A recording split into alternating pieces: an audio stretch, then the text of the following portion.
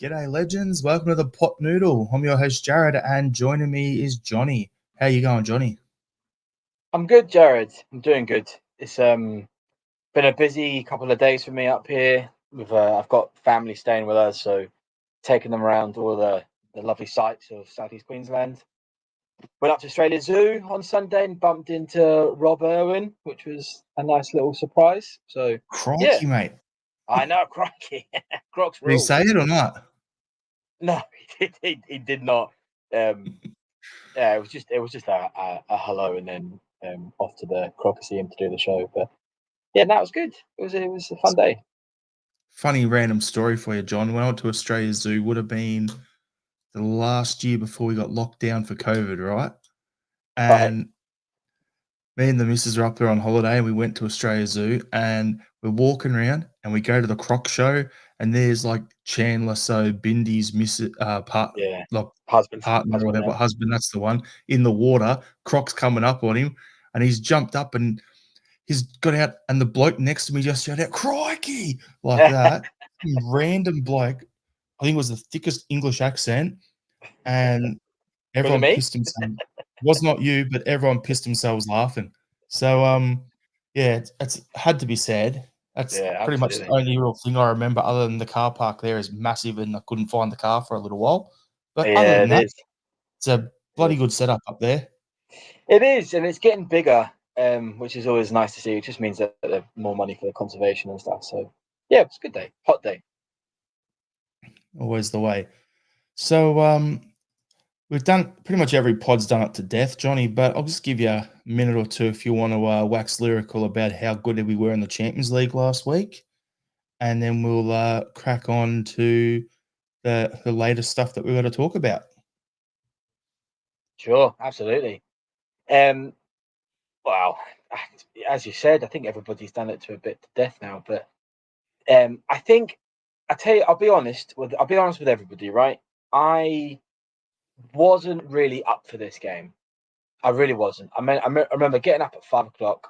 I remember setting up the TV to watch it, and I just didn't feel any nerves. I didn't feel any excitement. Not that I was like annoyed of watching it or anything, but I was surprised by my reaction. It might have been fatigue getting up at 5 o'clock in the morning, but I just didn't have really an emotional reaction to it, which is a weird one because I always feel Champions League games are normally massive, but I think for me, my instinct was it's just a game we slip up with. The amount of times that we've gone in with, I think sometimes a big ego. We're as a fan base, we're always saying, "Oh, we should get 3 points here," or "That's an easy one," or etc. etc. etc. And I just felt like it was another one we were going to slip up with. And how wrong I was because the more we watched it, the more the game went on.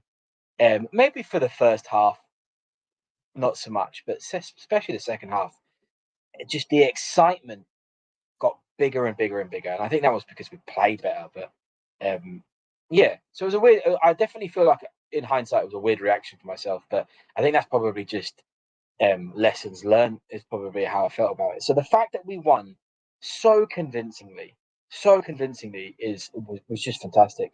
And I think it's a really good sign or a good endorsement when English media, especially, but the wider media are all kind of like fair dues Celtic.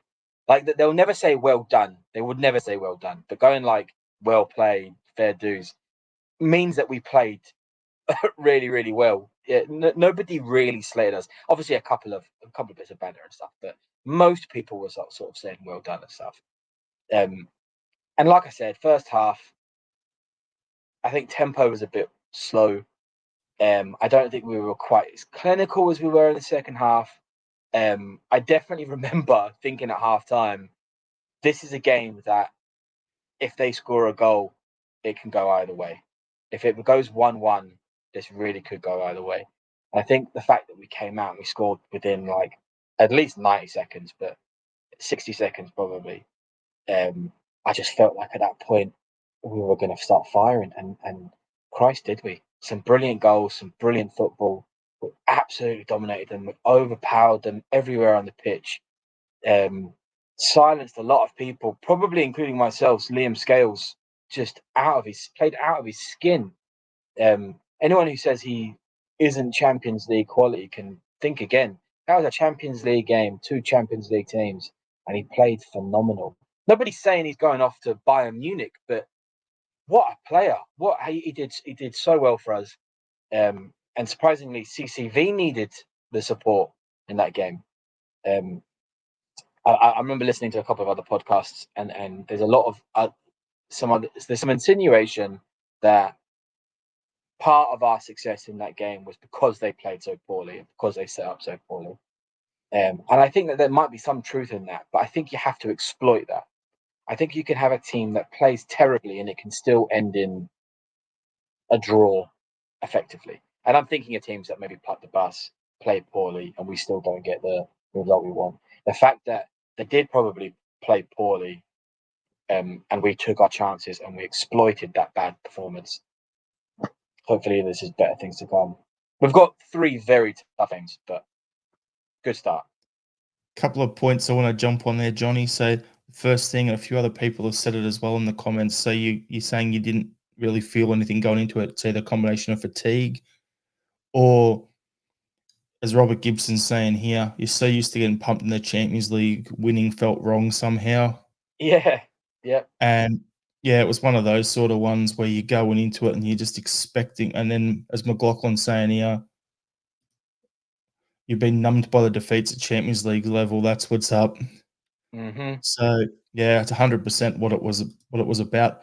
I went into it, and yeah, it was one of those banana skin sort of games, as you said, John. So it was the sort of one where we should be winning, but at the same time, and I said this on the pod last week, something similar, but it had the opportunity to become another Cluj, another Mulder, another Ferencvaros, that sort of game for us. So the fact that we went and did what we did is amazing to see.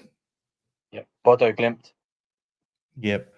Yep. And then tying in the second thing, another thing that you said was, like, people are saying it's down to the performance level and how they set up and how they played. Well, case in point, they set up one way, so don't talk down what we did in the Champions League, because have a look at what Falkirk did yesterday in that game. Yeah, yeah, Honestly, they had their equivalent sort of thing where they came and attacked. And being honest, Falkirk, from what the way I watched the games, I watched the first half and then I watched the second half separately later on.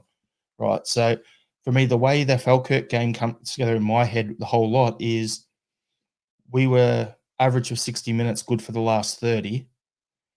But the way they set up and the way they played, they made us uncomfortable. They pressed us, they harried us.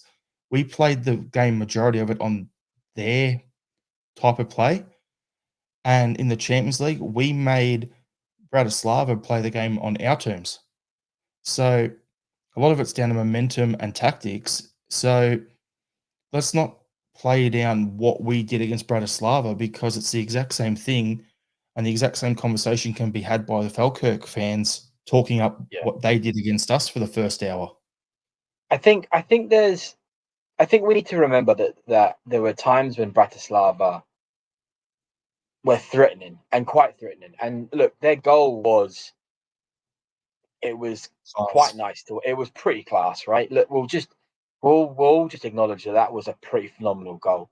But first half especially, and prior to that, they had chances. They did work at breaking our back line, and is it Vice was the captain? Was it Vice? I think. Yeah.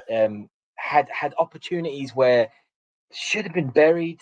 It should have been hit first time, and it wasn't. And I think their bad performance was partly down to our exceptional performance. So I think the two kind of are like, it's like a seesaw, right? Like you can't have, well, very rarely do you have 2 teams that are playing exceptionally and get a good result, right? Normally one team plays very, very well, and that sort of subjugates the other team's tactics, right? So we're kind of saying the same thing. they played badly because we played good, and we played good because they played badly. It's kind of we can't really dissect the two from each other. So and I wouldn't also say it was. I wouldn't say Bratislava are like a Diddy team at all. Like it for me going in, and I think most of us went away and they're doing all right in the league. I think they lost one game in Yeah, the they league. were five Yeah, and one in the first six and yeah, on top of the league.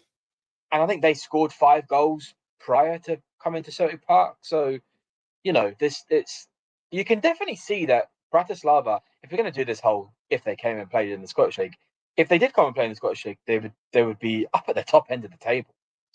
It's certainly not a bad team. So I think we just need to take the confidence from the game. I need to take the confidence, get excited for the next one. But I think what's really important for us in the Champions League is to start to build momentum.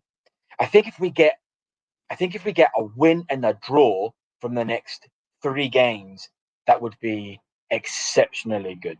I think that would be. I think we would be in such good stead. But I think the pundits talking about it, Celtic are now in a position where we can lose the next 3 games and still have a chance to go through to the round of 32. That is pretty. We could not have had a better start to the Champions League. So let's just enjoy it. Let's not find the reasons why we won so well. Let's just enjoy the moment. Just go along for the ride. That's So it. what we'll do is we'll get onto the game yesterday. So Celtic 5, Falkirk 2. So I'll do the usual we do here. So Casper in goals. Sinisalo wasn't even in the squad. He didn't Mm, train the day before, so he must be carrying some sort of injury, you'd think. But then you had a completely new back four with Ralston, Welsh, Trusty, and Valle, or Valle, however you say it. Midfield of Rio, Bernardo, and McGregor. Up front was Ida with Palmer and Forrest either side. And then you look at the bench: Taylor, Kuhn, Yang, Naroski, Engels, Kyogo, Home, Bain, young kid Donovan coming through. So it was a good opportunity to rotate some players. I think we had 8 changes all up if I counted right. 1, 2, 3, 4, 5, yeah, I 6, think it 7. was Yeah, nice. eight players changed from midweek, and that showed in the first half. So for me, what I thought I've got some pretty basic notes here because I was trying to watch it while on my lunch break. So I think the key things for the first half when we talk about that is the lack of cohesion in the squad was massive, and you could tell that we'd had made a lot of changes. So I think that whole back line, what I noticed was Ralston didn't really look that great because he was getting dragged out of position having a cover for Welsh. And then you have a look at Valet and Trusty, you can tell they haven't played together, and Valley's not used to inverting, so there was a lot of, it just looked disjointed at the back.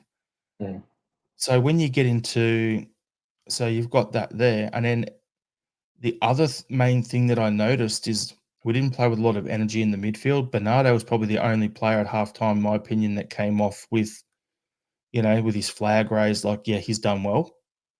Everyone else was probably down a level from midweek, like Calmac was okay. Rio just looked leggy, looked disinterested at times. Like, I'm not trying to pick on him, but he's becoming the new Starfelt a little bit. Rio is where everyone's constantly seems like they're picking at him, but I just thought he looked a step slow, was getting dragged out of position, and he just did not look like himself out there. And then the other mm, thing is our backup wingers, when you go with Palmer and you go with Jamesy, very slow compared to for us on the wings compared to how we normally play when you got Kun on one side and Maeda on the other. So they were the main things that jumped out to me. You got any things that jumped out to you about the first half, John? Um, well, just general comments, right? So, I think I kind of agree with some of the comments about Hatate. I think I've said this before, or I've said it to others. Hatate can be very hot and cold.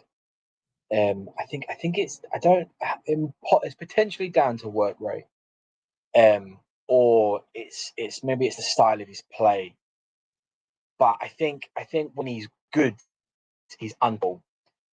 But the rate in which he is unplayable isn't as consistent as it has been, and you can certainly see a big drop off. People always used to say that Hatate and O'Reilly they're comparable. They said that they're as good as each other, and I never really agreed with that.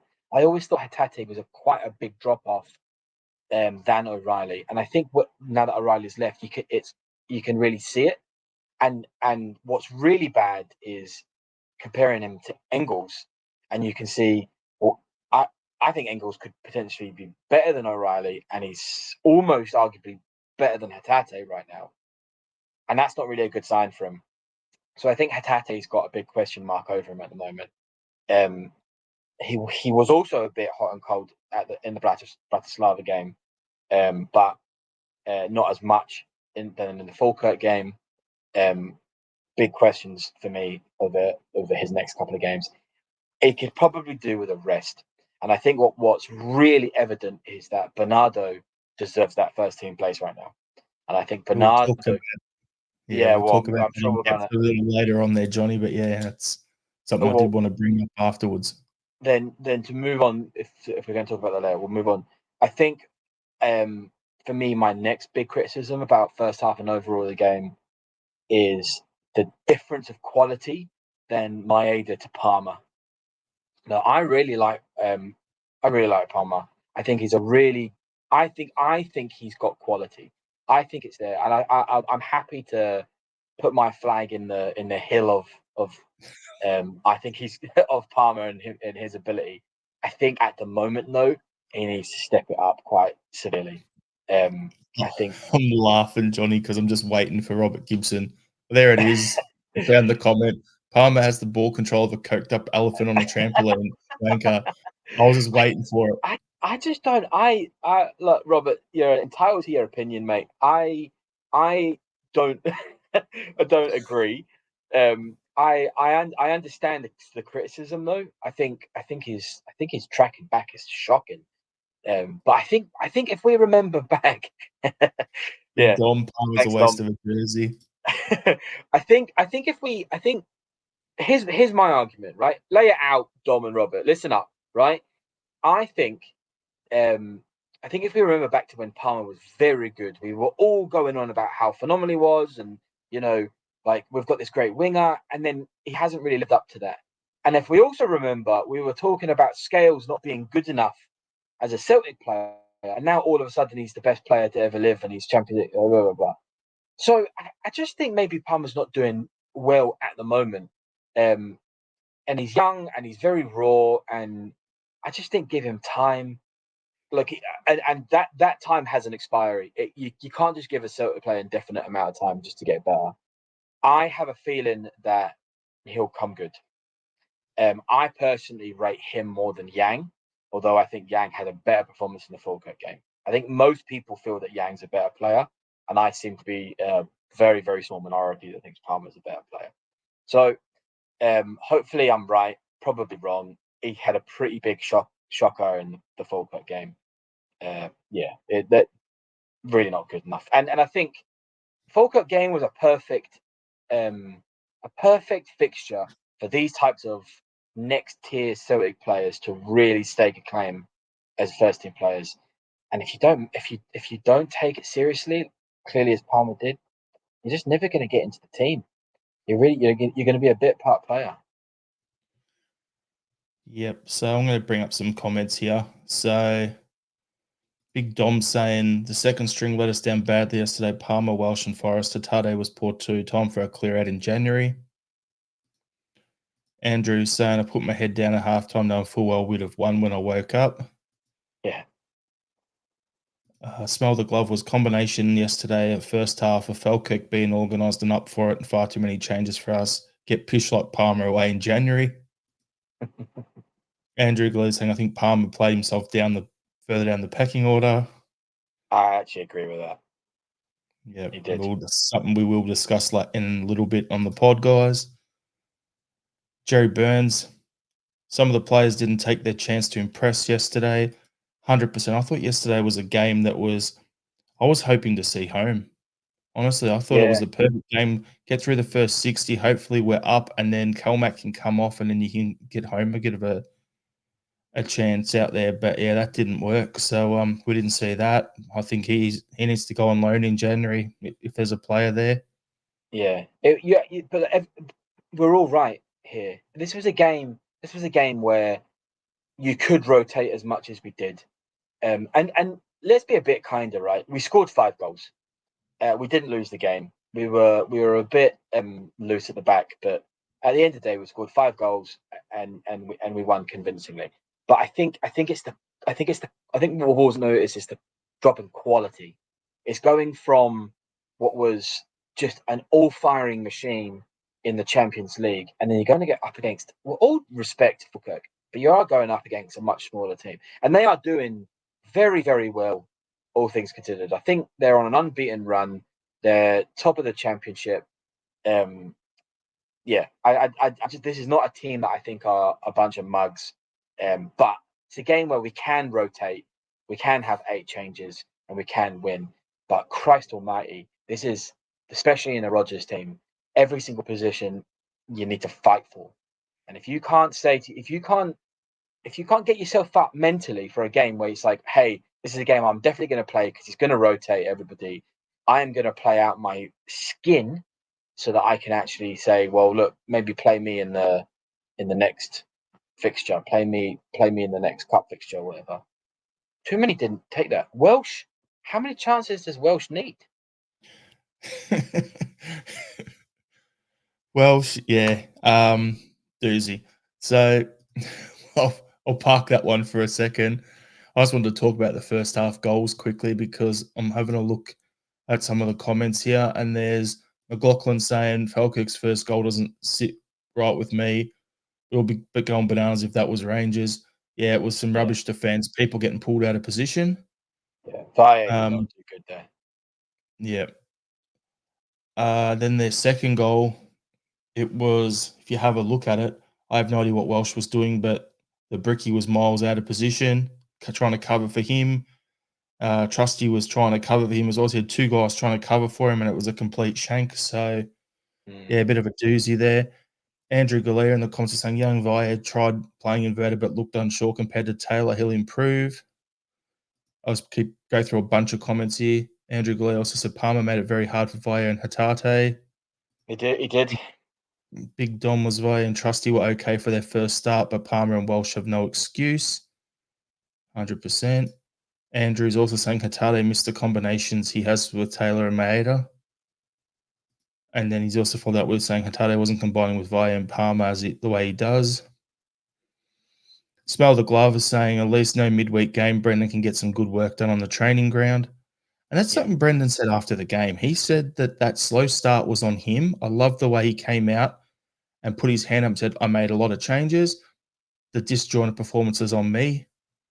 And that's what you expect from your gaffer. Like, if you were to do that, like, I don't want to be too hard on him, but I've got a few thoughts on a few of the players there. But yeah, we'll just get through. And this one here, Pete McGee saying was always going to be a bridge too far to expect new players to shine in a disjointed side with too many changes.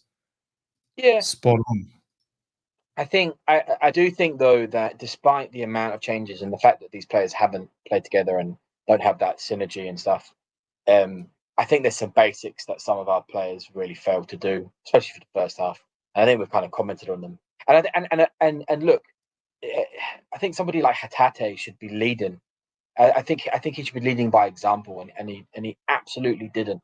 Palmer not tracking back and leaving via first game, first I think it's his first game, but he's certainly, for that length of time to who has not played it with everybody else and not really understood the environment of Celtic Park and stuff, and so I think all in all he did good, but he did make mistakes, and I think he's right. I think he will improve.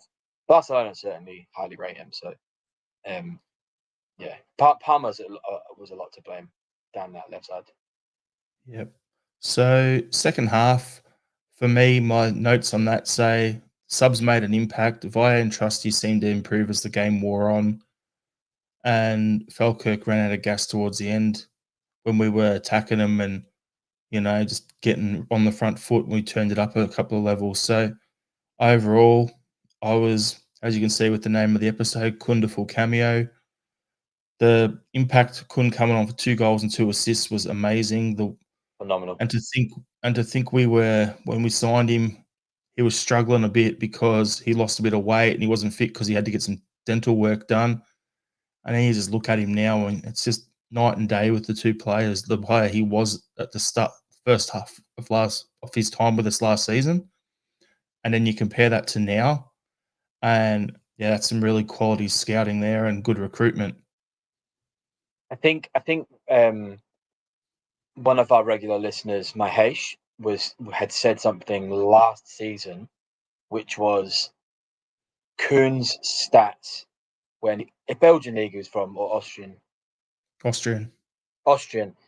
His stats in the Austrian league meant that he said that it was suggested that he was going to be just as good in the Scottish league, and obviously hopefully improve. And I think the fact that, again, that's another player that we all kind of wrote off at the start saying he wasn't good enough. But now look at him. He's arguably our best winger currently. Arguably. Obviously, Maeda was the other one probably. But it's Depends certainly what you're looking for in your wingers, John. exactly. Are you looking for Probably goal the most contributions informed. or work rate? Yeah, well, that's it. Yeah, look, and it's nice that we've actually got an argument between, do you want just a complete workhorse non-stop for 97 minutes, or do you want somebody who's giving you assists and goals? It's, but he's certainly one of our most informed players currently, and yeah, I'm glad, to be honest. I really did hope he would do as well as he is. So yeah, I can only see him getting better as well. I'm gonna go off on a little tangent here, right? So I saw a Yoki Jr. So John Hughes on Axom, right? He put a tweet out yesterday for some debate. Would you swap Kun for Jota? Like, so if you're going peak Jota versus Kun in the form he's in now, would you swap that out? For me, I look at it and I look at what McLaughlin's saying here. Just spend 10, 11 million on another wide player that we crave in January. Palmer's never going to do it. Imagine if you had Jota on one wing and you had Kun on the other. Yes, made all his work rate, but say if you wanted to play him as a striker, or if he was injured and those were your two options on the wing. I know Jared from our Thursday pod, that would be his wet dream. He'd be walking around like with a boner just seeing that on the team list, like guaranteed, because he was obsessed with both of them. But imagine if you had both of them in this team with Eder and Kyogo in the middle, and in that midfield we got going at the moment. Look, I'll take your question on face value, right? I would still take Jota, and I'd take Jota purely based on the fact that there's evidence that is consistent. We don't know that Kuhn is going to be at this level consistently. But I get your point, and I'm going to say something slightly controversial. I would rather Maeda up front than Kyogo right now. I would rather have Maeda, and in your example, Jota and Kuhn as my front three, than Maeda, Kyogo, and Kuhn. Actually, reckon, Johnny, what you're saying, if you had made a plan as a striker and making the exact same runs Kyogo's making, and you had Jota and Kun on the wings, that setup would work best for Maeda because that's the role he plays for Japan. It is. Work. It is, and also, can you imagine Maeda's work from a centre forward position? It would just be relentless for any opposition's backline. It would be consistently. It would just be. It would just get goals, and I think Kyogo also does that, but not to the same extent. Nobody does it to Maeda's extent, right? So I think Kyogo has performance has been better recently, but has been really poor, like a little bit further back.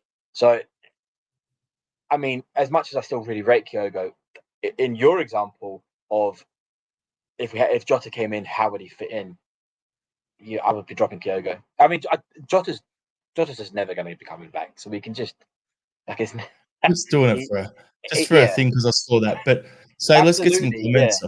Let's get some comments here. So Smell the Glove was saying Radio Clyde here had Austrian sports journalist totally slagging off Kuhn when we signed him. Journalists should stick to ghostwriting. And then Andrew's saying, bring Jota back. He'll be cheaper soon enough with the way his career's going.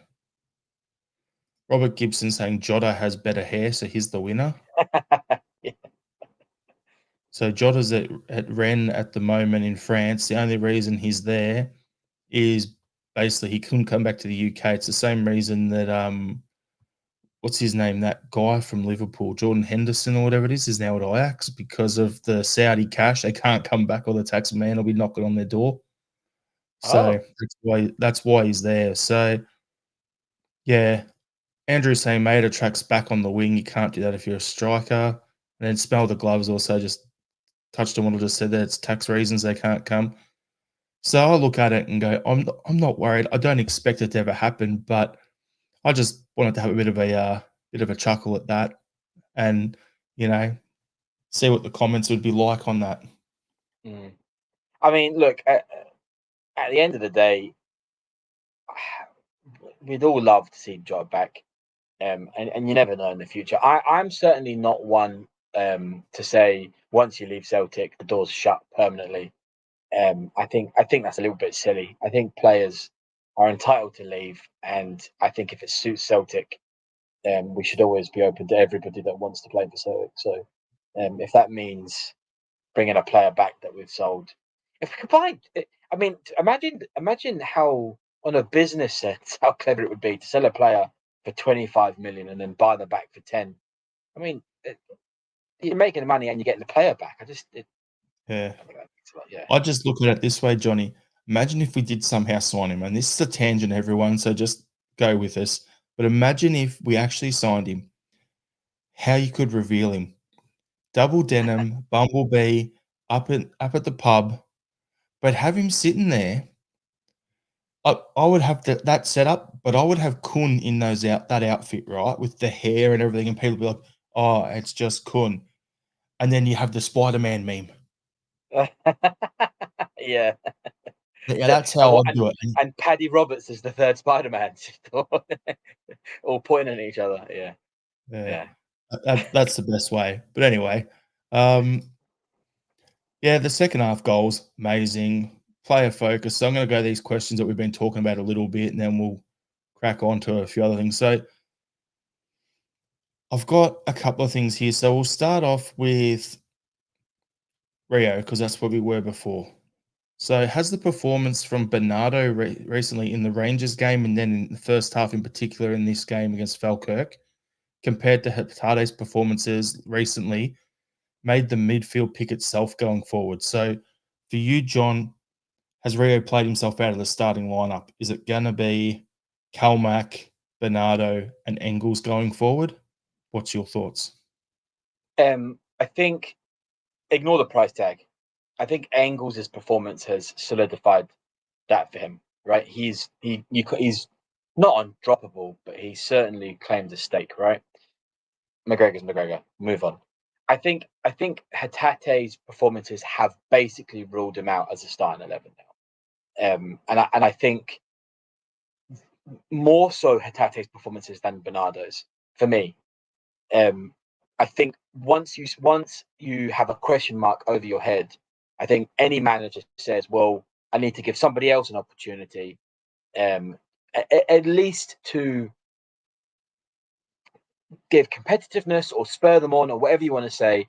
And that person at this point in time has to be Bernardo, because when he has come on, he's been phenomenal.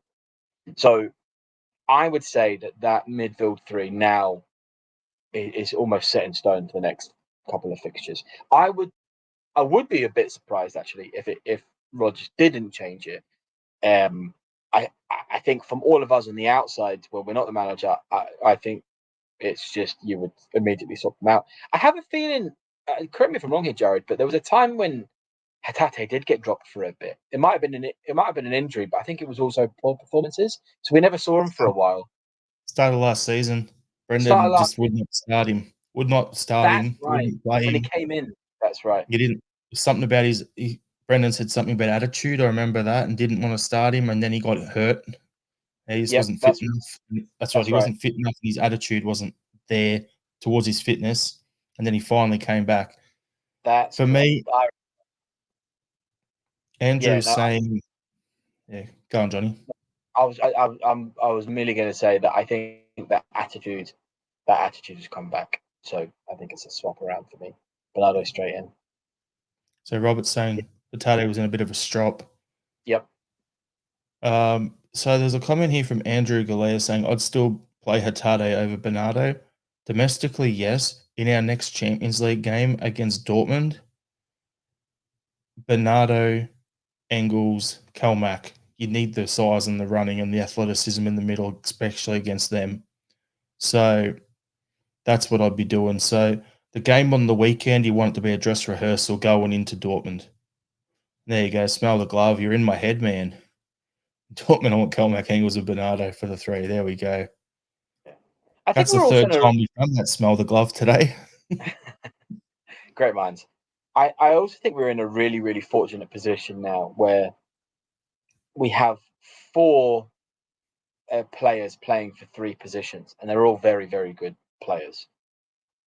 We've got a couple that are in and around that still need to develop and fight for the positions. But the fact that we've got this problem now, which is Bernardo, Hatate, Mack, and Engels are all very, very good players. It means that we can also substitute tactically. So as much as you're saying right now with the Dortmund game, it might be a case of who suits the opposition better rather than who's the most in form. I think it's a shame that Hatate, it seems to be attitude, because we've seen him play, and when he's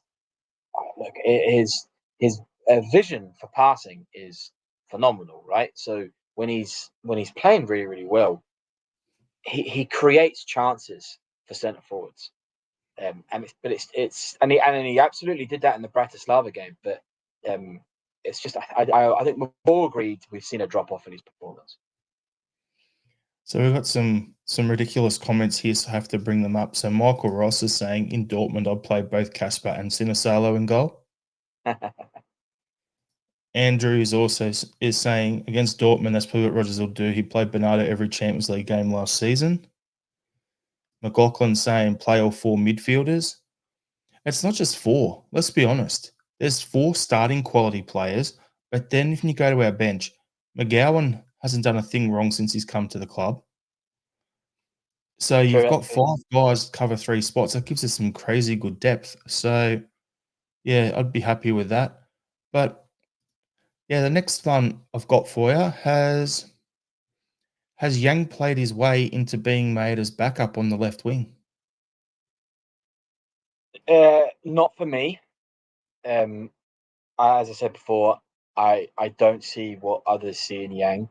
Although he had an absolute brilliant shot on target. Like, I know he scored, but it was a bloody rocket.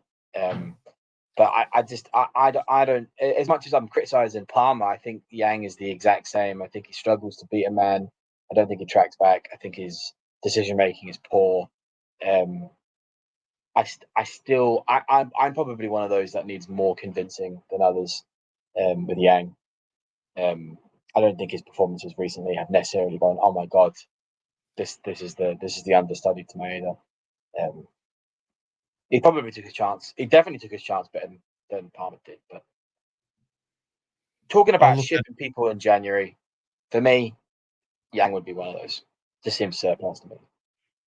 So for me, I don't think Yang is the long-term backup. He'll do until January. Him and Palmer can battle it out for it. But at the same time, the bloke who made me wear this last year, I thought was ahead of him. So yeah, can't really say too much there. Now Robert Gibson is saying Yang is a donkey from the pack as Palmer. Andrew Galea saying Yang is ahead of Palmer now. Yeah, I can't disagree with that.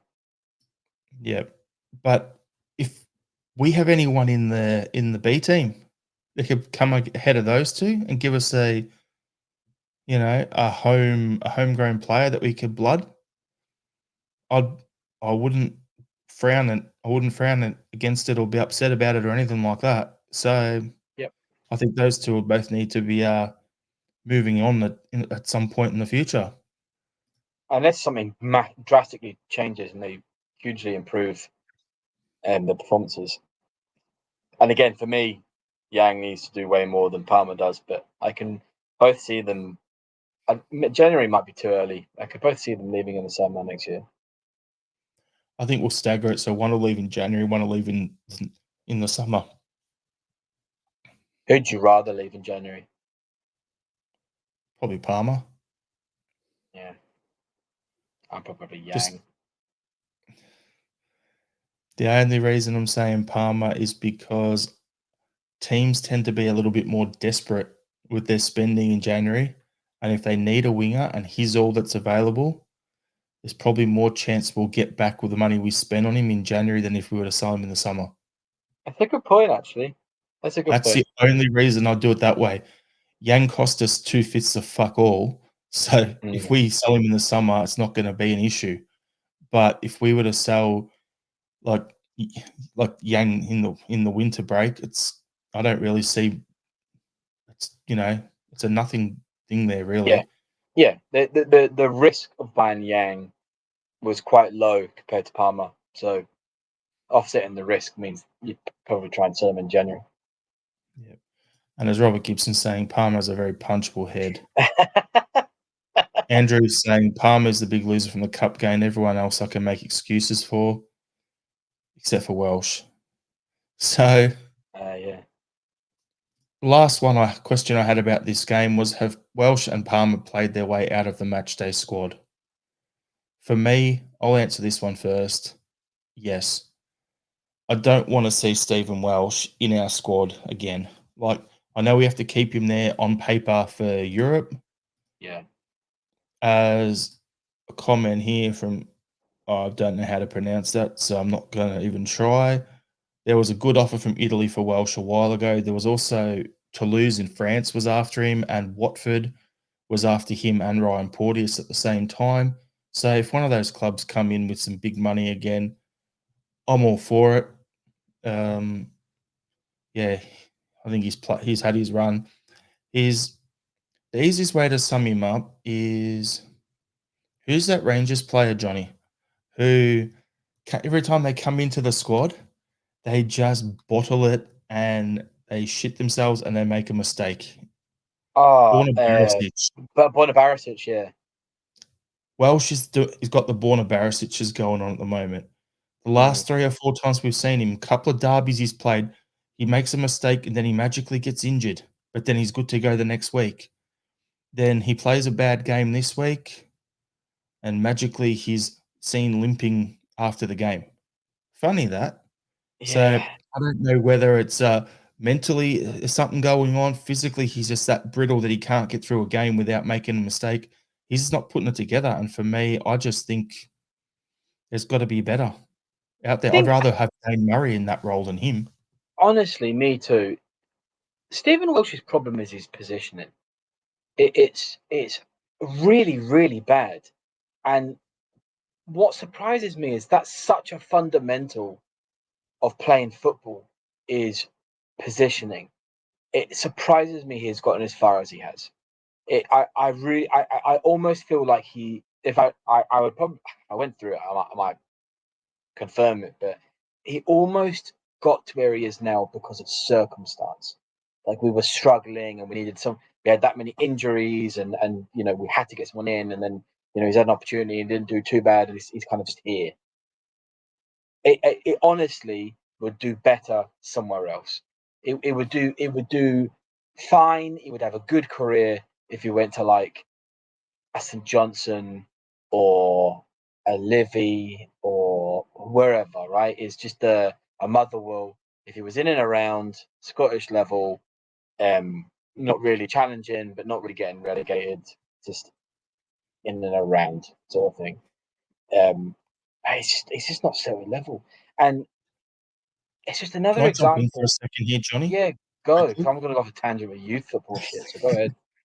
Now, if with the whole Welsh situation, it's not just him at Celtic and not being Celtic level, but it's also I look at it and go, where is the Scottish national team weak at centre back? This guy is at that age where he needs to be playing games. If he's not playing games, he's not going to develop, his career is not going to progress, and he's not going to be any good for the national team. So I look at him and compare him to Jack Hendry. Jack Hendry, when he's with us, was in the exact same spot, went on loan into Belgium, moved over there, did well, and he developed his game. Mm, Welsh needs to make that same move. yeah, So for his career, he needs that move on top of him not being at the required level that we need. I think Jack Hendry is a couple of levels above Stephen Welsh. Oh, I think absolutely. even when he was But at Celtic, I honestly think that if Stephen Welsh leaves Celtic, he'll pretty much disappear. I just don't think he's gonna cut it. 'Cause it very yeah, much might be confidence. It could be lack of support. I really don't know what to put a finger on it, but he's been given that many chances. He's around some very, very good, experienced players. It has to be down to him. I can't really see how it isn't, to be honest. as Andrew's saying here, Scales went on loan and played every game. That's what Welsh needs. He needs some games, but I think a loan, if he ever went on loan and he did a Scales or an IR or a Christie or whoever, that would be his honest to God final chance. Honest to God, that he has such a similar trajectory as Mikey Johnson did. It's just chance after chance after chance, never cutting it. Seemed to do amazing somewhere else, came back and never cut it. So I think with these types of players, you have to cut your losses at some point. You really as do. Smell the Glove says, fed up with Celtic players needing wet nursed. If you ain't good Yeah, enough, fuck off. yeah, that's it. It's even economically speaking, it's a waste of a salary. It's waste of a position, I guess. Um, Yeah. if it's not a coefficient, if it's a nationality thing for the Champions League, just go buy a better centre back in the Scottish league. Go buy another decent Scottish centre back somewhere else that will be as good, if not better, because I've been playing first team football. Who was that 'Cause- centre back that Bruni took down with him down to Fleetwood? Oh fuck, I ain't got a clue. Was it St Mirren or not St Mirren, St Johnston or something like that? Give somebody I'm 30 seconds and they'll pop it up in the comments. Yeah, no, that's what I'm asking the commenters more than anything. Because even he'd do a better job and he's Scottish. So, Yeah, but anyway, we'll leave that topic there, but I'll just go through some comments quickly. So Michael Ross asked the question, if we could buy one quality big signing in January, what position would it be? For me, it's centre back. Pete McGee has responded and said, centre back all day. It's obvious we're dodgy there and they're only an injury away from disaster. Andrew says, why we paid so much for Naroki gets me. He's hardly played many games of senior football. He was a yep, starter at Leeds Warsaw, so I still think there's a player there. And as McLaughlin said, the last thing I want to do is give a new centre back starter a game beside Welsh. That's talking about Trusty.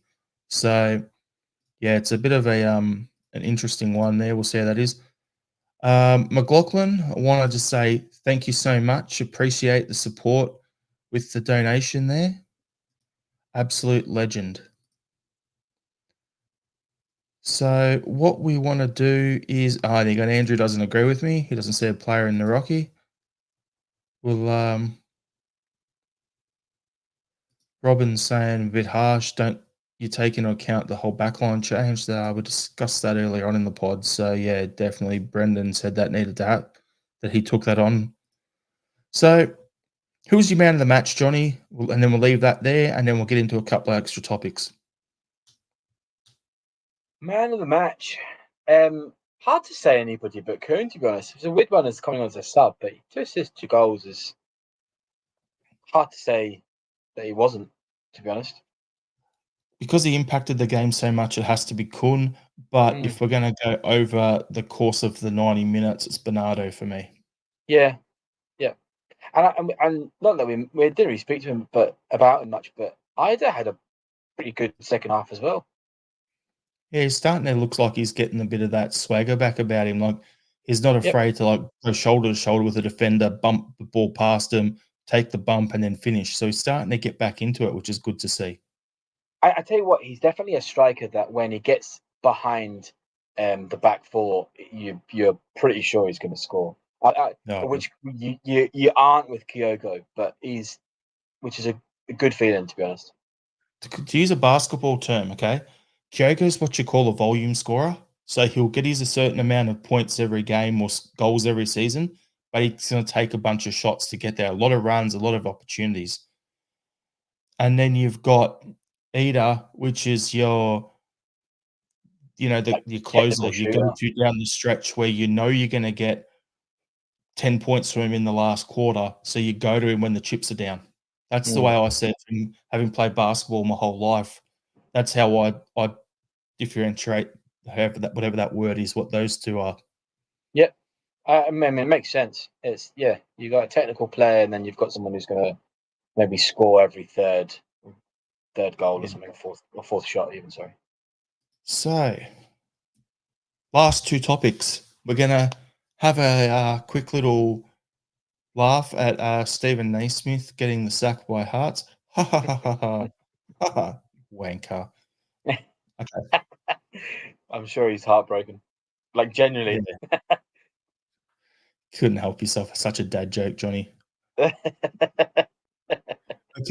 and to bring one back from the vault, guys, we used to have segments on the pod ages ago, right?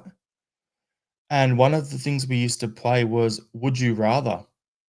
So what we do is we pick a current player from the squad, and then we go through and we get a list together of players who played their same position, and it's a would you rather this player or that player. So what I've done is I reached out to the guys over at Axon. I reached out to the guys in the Celtic Down Under chat, and then I also went through. I found a good website that had all the historical Celtic squads. So I've gone back 25 years, and we've gone through, and I'm looking for players who would have been that fourth or fifth string centre back at the time. Right. Would have played a few games here and there. So these are guys who have played this exact same role. So it's Would You Rather, the Stephen Welsh edition. Right. Okay, here we go. So, comment section, join in. Tell us who you'd rather out of these. Would you rather Welsh or would you rather the names I rattle through? And Johnny will get your response to these as well. If you don't know who the player is, just go, don't know, before my time, mate. Yeah. Probably be a few of them, but there's a couple in there. There's a couple I had to go and check who they were. So, would you rather Stephen Welsh or Jos Højveld? Joyce Højveld. I would rather Jos. I'd rather Jos. Yeah. The next one's easy for me. Would you rather Stephen Welsh or Thomas Rodney? Rodney.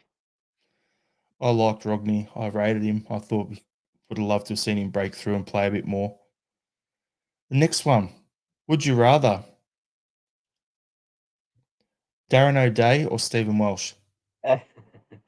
O'Day. I was going to put John Kennedy on here, but he played a little bit more than the role that I would have had this down for. But would you rather John Kennedy now or Stephen Welsh now? There's one for you. Probably John Kennedy. Yeah. So Smell the Glove is saying Hoiveld.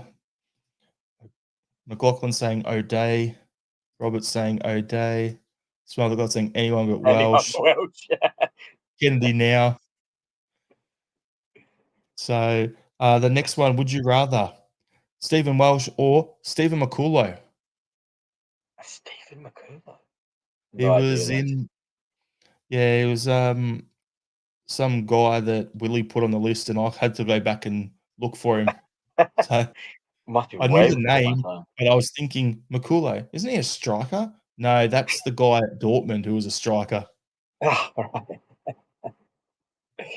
God. From the 80s? Nah, he wasn't that old. It was like the start of the 10 in a row run. It was in there around Oh, about 2014 sort of time, what? 2015, something like, yeah. Right. I have no idea who he is. Robin saying John Kenny was a player that could have gone all the way barring injuries, 100%. Yeah. Yeah. Tyler Blackett, I checked him out, guys, and Tyler Blackett was listed as a right back, so he's not on the list. Technicalities. Don't worry, we did the same with Hadam Al-Hamed. Yeah, we did. Yep. Okay, would you rather Stephen Welsh or Milan Misun? However you say it. I had no idea who he was. Yeah, I have no idea who that is. Yeah, this is. I was hoping Liam was going to be on because this one was for him. Would you rather Stephen Welsh or Malky Mackay? And Liam are going a rant right now about Mackay being this bigoted wanker right now. Yeah, he is. We're He talking is about the player. No, I definitely can't say Mackay. I have to say Welsh. He's a Yeah, bigot. you feel dirty, don't you? Yeah, even saying his Another name. player, another player I don't know, Lex Bailey or Stephen Welsh. I I feel like I remember that name. Um, I I'm know kind of Logan Bailey, the goalkeeper. yeah. I'm yeah. Anyone but Welsh by Bailey. So we've got a few people here saying Melky in the comments. Some other guys saying Melky for the goal versus the Huns. Yeah, fair enough. McLaughlin, do we? It's actually on my list, so I'll just skip ahead two for that one. And Raphael's, yeah, had him on there. I'll cross a Do few off we? once I've done. Was he the? Was he the Chinese player that we Uh, bought? as Liam said, do we came in for a day and was told to do one after. That's his joke from our group chat. Or was it? Am I confusing it with? No, Charlie maybe. Anyway, Robin's saying, I'm not saying Welsh is Maldini, but he's not that bad. It's mostly down to game time where he looks shaky. If he was next to Scales or CCV, I bet he wouldn't have been as bad. I mean, probably. I mean, that's probably true.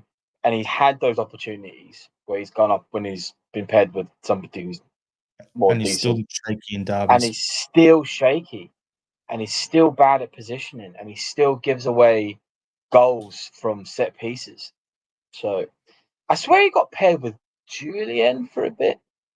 Yeah. Am I right? Yeah. Not good enough. Yep.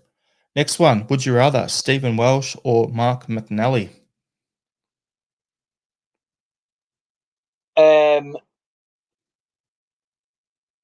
I don't know if I remember him, so I'll probably say Welsh. Would you rather Welsh or Paul McGugan? These ones are coming through from the Axom chat, by the way, Yeah. so they're going way back. Way back, yeah. I don't. They're going back when I'm watching games on VHSs, getting sent over, going to the CSC and watching like 5 games in a weekend. Oh wow, yeah. Nah, before my time. I can't even say McLaughlin. Welsh sometimes. Robert's saying McNally. McLaughlin's saying that's a 50-50 one that McNally was just a shite. Some other guy saying rather McNally's headband. Next one is Stephen Welsh or Scott Marshall. Marshall. Yep. Here's another one for you. Stephen Welsh or David Moyes. Davy Moyes. Yep, Davey as well. just because I pissed him off in a bar. Okay, here's one for you. Stephen Welsh or Pierce O'Leary. So that's David O'Leary, the former Leeds manager and all that, younger brother. I can remember him at all. Don't worry, I have no idea either. Here's one, Johnny. You can answer this one. Stephen Welsh or Dane Murray? Dane Murray for me, big time. Yeah, same.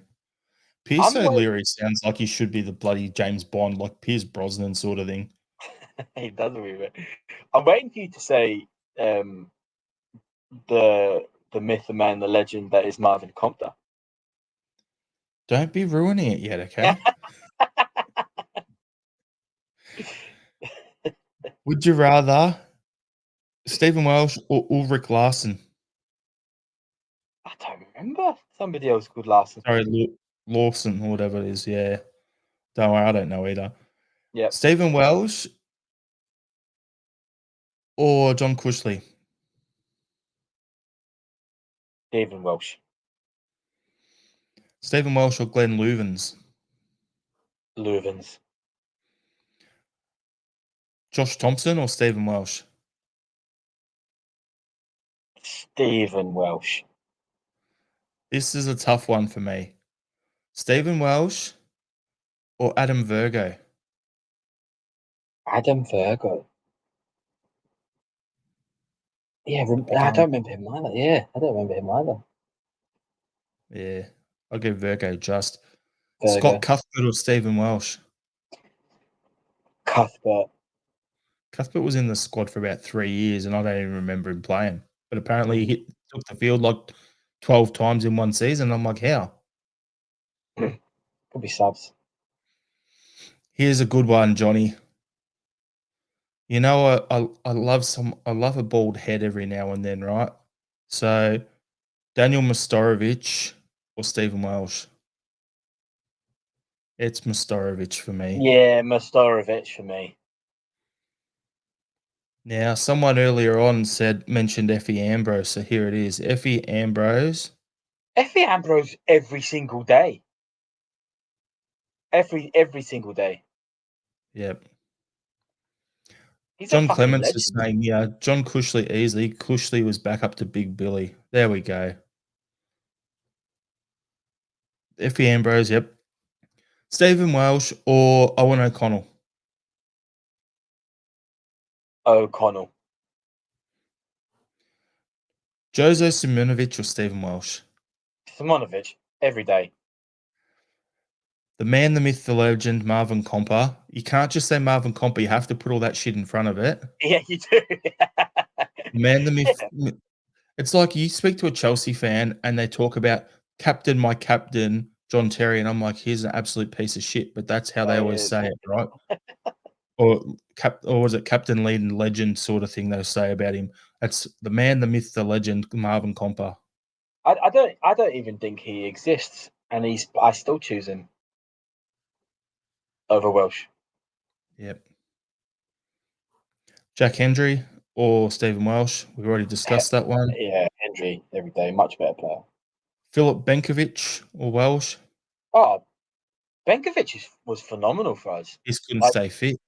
yeah, I'm surprised we didn't try and sign him, or maybe we did, but decent player. His pings to the wingers were fucking great to watch. The last one I got on the list, Johnny, and I'm doing it for a laugh because we just sold him. Yuki Kobayashi or Stephen Welsh. Since Welsh is still here, I have to give him one win I to don't finish rate him. Kobayashi. I don't rate. Yeah, Stephen Welsh. Yeah. So yeah, we did that for a bit of a chuckle. There's some comments here, people saying, "Move along, this is boring." Blah blah blah. That's the end of Great the feedback, episode, guys. anyway. Yeah. So thanks, Cheers, guys. Good. cheers, guys. All good. So yeah, thanks for tuning in. Be back more pods later this week. And yeah, Johnny, you got a final thought? Final thought. Crikey, that was good fun, Jared. Oh shit, that was fucking terrible. Move on. End it. Pod. Podcast over. Hooroo. Farewell.